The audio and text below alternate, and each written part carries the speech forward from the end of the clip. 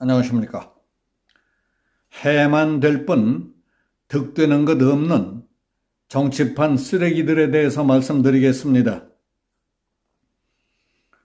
정부가 발표한 일제징용 피해자 배상안에 대해 여야는 각기 정반대의 견해와 평가, 특히 민주당은 정부에 대한 악선전과 공격으로 전국의 향방을 이상한 방향으로 몰아가려는 듯한 태도가 뻔히 보입니다.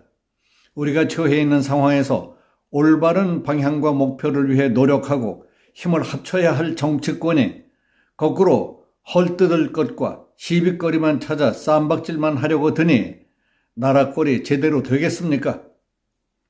정부 여당은 이 중요한 시기에 어두운 과거에만 매몰돼서는 한일 관계는 한 발짝도 앞으로 나가지 못한다. 정치적 부담을 안고라도 한일 관계는 국익을 위해 반드시 타결해야 할 중요하고 시급한 문제라고 주장하고 있습니다. 더불어민주당은 과거사에 대한 일본의 책임을 덮어주고 일본만을 위한 합의다.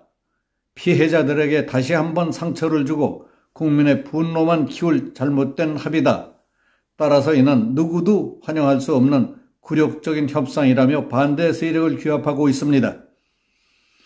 그리고 일제강제동원 피해 생존자들과 정의기억연대, 민주노총 등 611개의 단체로 구성된 한일 역사정의평화행동은 7일 시국선언을 통해 정부의 강제동원 피해배상해법 최종안에 대한 철회를 요구했습니다. 민주당은 배상안을 굴종외교, 종속외교로 규정하고 현 정부의 외교정책 비판에 화력을 집중하면서 대규모 정부 투쟁으로 만들기 위해 더 열을 올리고 있습니다. 정부가 발표한 강제동원 피해배상해법은 한국 정부가 일본 기업 대신 한국 정부 산하 재단이 조성한 돈을 징용 피해자와 그 유족들에게 배상하는 제3자 변제 방식입니다.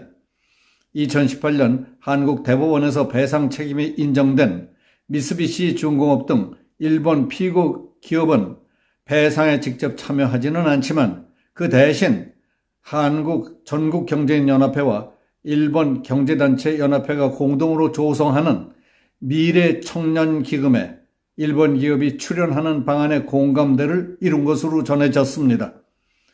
윤석열 정부는 새 정부 출범 직후부터 협상에 의욕을 보였지만은 일본은 한국의 정권이 바뀌면 또 뒤엎는 거 아니겠느냐며 시큰둥했지만은 우리 정부는 북한 핵, 중국의 패권주의, 반도체 에너지 등 경제 안보 현안은 쌓여가는데 더 이상 한일 관계의 정상화를 미룰 수 없다고 판단했던 것으로 알려졌습니다.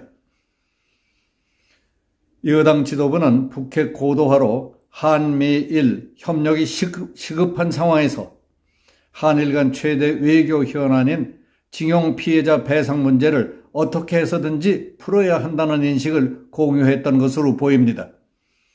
야당의 비판에 대해서는 문재인 정부가 말로는 피해자를 위한다면서도 대법원의 일제징용 피해자 배상 판결 이후 별다른 조치를 취하지 않은 채 반일본 몰이에만 집중했던 이유는 무엇 때문이었느냐고 묻고 싶습니다.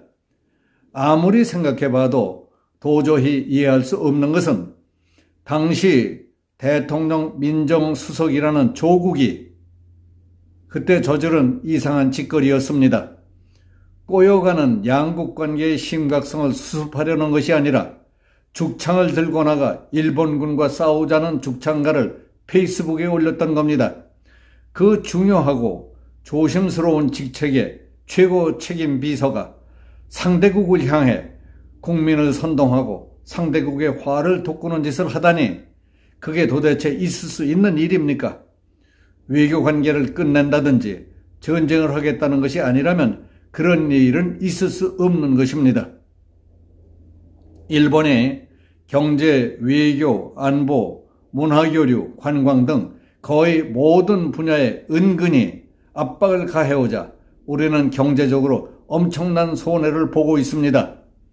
그렇게 해서 문재인, 김명수, 조국 등이 한일 관계를 망쳐놓았을 뿐만 아니라 회복이 거의 불가능하게 만들어 놨습니다. 도대체 대통령 수석이 왜 그랬을까 하는 생각이 들 때도 있습니다. 한일 국가 정상화 이후 두 나라 관계는 대체로 잘 굴러왔는데 문재인 정부가 들어서자 왜 이렇게 됐을까 하는 것은 아직도 궁금한 수수께끼입니다. 한미 관계와 한일 관계의 이간질을 시켜 한국의 안보 고립화 또는 안보 무력화를 획책하려는 북한의 영향을 받았을까? 아니면 지령이라도 받았단 말인가 하는 엉뚱한 추측도 해본 일이 있습니다. 그렇지 않고서야 문재인 정부가 들어선 뒤부터 한미 동맹 파기, 주한미군 철수, 종전선언, 한일 사이의 끊임없는 이간질 책동 등을 이해할 수 없었던 겁니다. 개인 간의 문제도 그렇지만 뼛속까지 맺힌 한은 죽을 때까지 풀기 어려운 영역입니다. 누구나 살다 보면 뼈아픈 과거, 씻을 수 없는 과오나 한이 없는 경우는 없을 겁니다. 그런 심각한 어려움은 남들의 위로나 격려, 억만금을 준다고 풀어지는 것도 아닙니다. 내가 나를 달래고 스스로 마음을 돌리지 않는다면 죽을 때까지, 아니 죽은 뒤에도 원혼이 되어 구천을 헤매도 풀리지 않는 숙명의 원한으로 떠돈다고 합니다. 일제치하에서 직접 겪었던 선대 어르신들의 심경은 그 이상이었을 겁니다. 더욱이 강제 동원돼 희생을 당한 입장에서는 무엇으로 원한이 풀리겠습니까? 안타깝게도 피해자 개개인을 모두 다 만족시키는 방법은 없습니다. 100번, 1000번 사과한다고 풀리겠습니까? 그런 뜻에서 정부의 조치를 반대하는 분들의 심경은 누구나 공감하고 이해할 수 있다고 봅니다. 그러나 흘러간 세월은 되돌릴 수 없고 우리는 씻을 수 없는 상처를 입었지만 오늘 당장 살아야 합니다. 내일을 생각하고 자라나는 후대를 생각해야 합니다.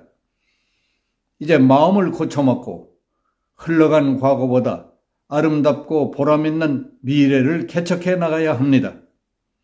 그게 나도 살고 주변도 살릴 수 있는 현명한 지혜이고 올바른 삶의 자세라고 생각됩니다.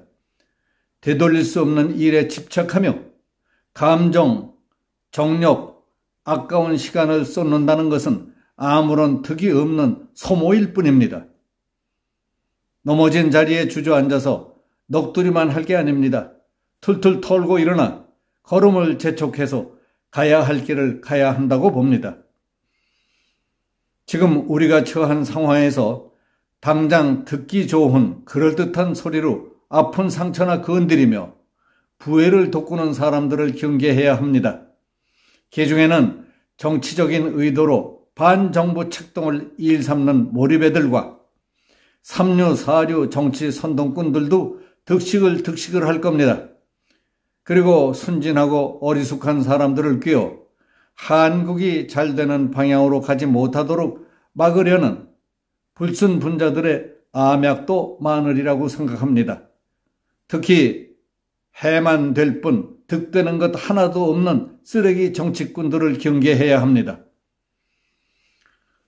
여기서 마치겠습니다. 감사합니다.